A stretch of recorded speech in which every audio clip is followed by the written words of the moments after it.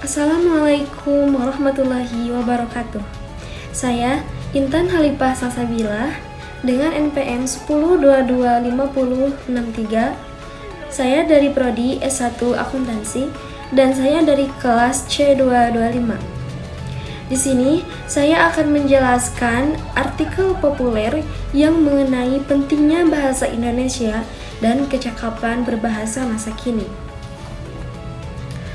Mengapa kecakapan berbahasa itu penting? Karena di tengah derasnya arus informasi dan teknologi, kemampuan berbahasa seringkali dianggap sepele.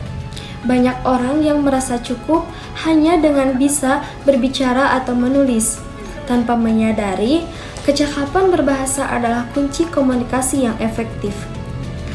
Bahasa Indonesia juga adalah sebagai bahasa nasional, tidak hanya menjadi alat pemersatu, tetapi juga cermin identitas bangsa.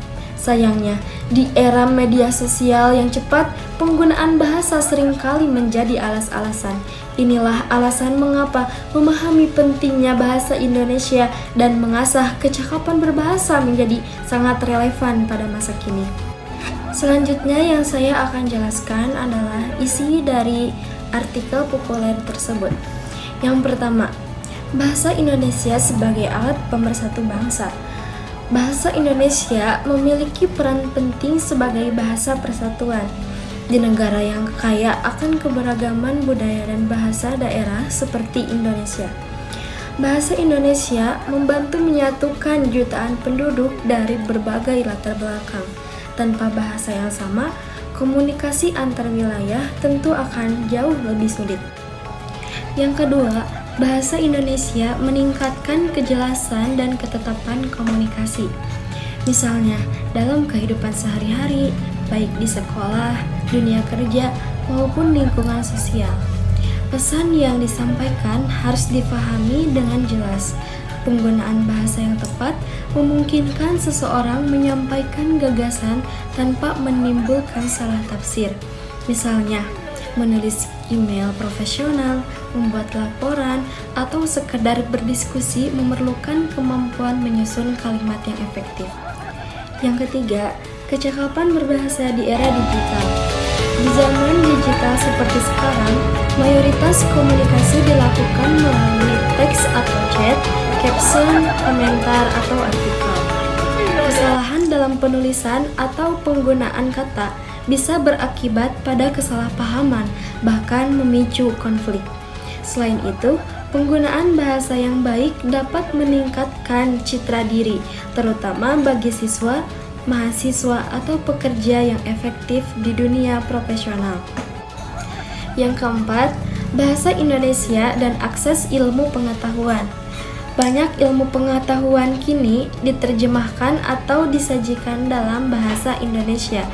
Dengan kecakapan berbahasa yang baik, masyarakat dapat lebih mudah memahami informasi, seperti membaca buku dan mengikuti perkembangan zaman. Bahasa yang baik membantu seseorang berpikir lebih terstruktur dan kritis. Dan yang terakhir, bahasa Indonesia menjaga keberlanjutan budaya dan identitas, yaitu bahasa adalah bagian penting dari budaya.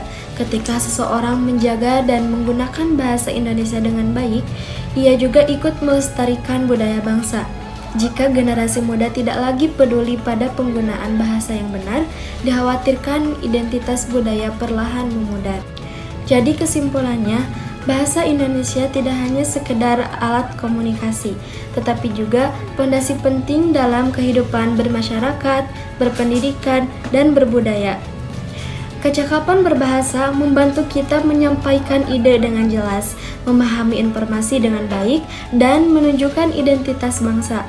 Di tengah kemajuan teknologi, kemampuan menggunakan bahasa Indonesia yang baik dan benar harus terus dijaga. Mulailah dari hal yang sederhana, seperti memilih kata dengan tepat, menulis dengan rapi, dan menggunakan bahasa dengan penuh kesadaran.